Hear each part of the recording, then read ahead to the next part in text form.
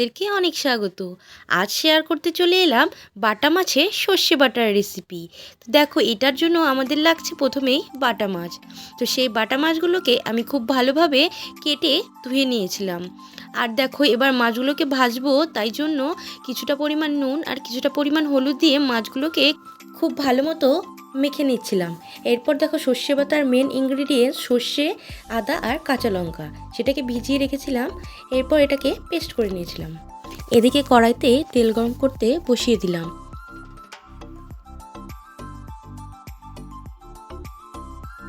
আমার তেল গরম হয়ে এসছে। এরপর মাছগুলোকে দিয়ে এক এক করে লাল লাল করে ভেজে নেব।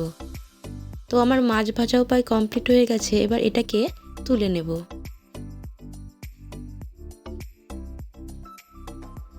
সেই মাছ ভাজার তেলের মধ্যে জিরা আর তেজপাতা ফোড়ন দিলাম, আর তার মধ্যে দিয়ে দিলাম কিছুটা চেরা কাঁচা লঙ্কা। এরপর পেস্ট করে রাখা যে সর্ষে বাটাটা ছিল, সেই সর্ষে বাটাটাকে দিয়ে ভালোভাবে তেলের মধ্যে কষাতে হবে। আর এর মধ্যে দিয়ে দিলাম 1 চা চামচ নুন,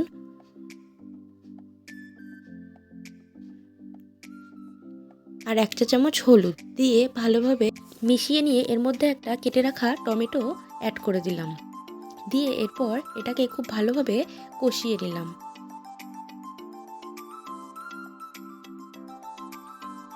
মশলাটা এবার অনেকটাই কষে এসছে। এরপর আমি অ্যাড করলাম এখানে কিছুটা পরিমাণ জল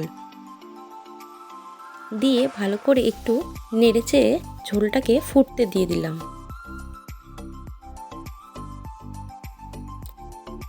দেখো, ঝোলটা প্রায় ফুটে এসছে। এরপর আমি এর মধ্যে ভেজে রাখা মাছগুলোকে এক এক করে এর মধ্যে দিয়ে দিলাম। দিয়ে ঝোলটাকে আমি আরও একটু ফুটিয়ে নেব।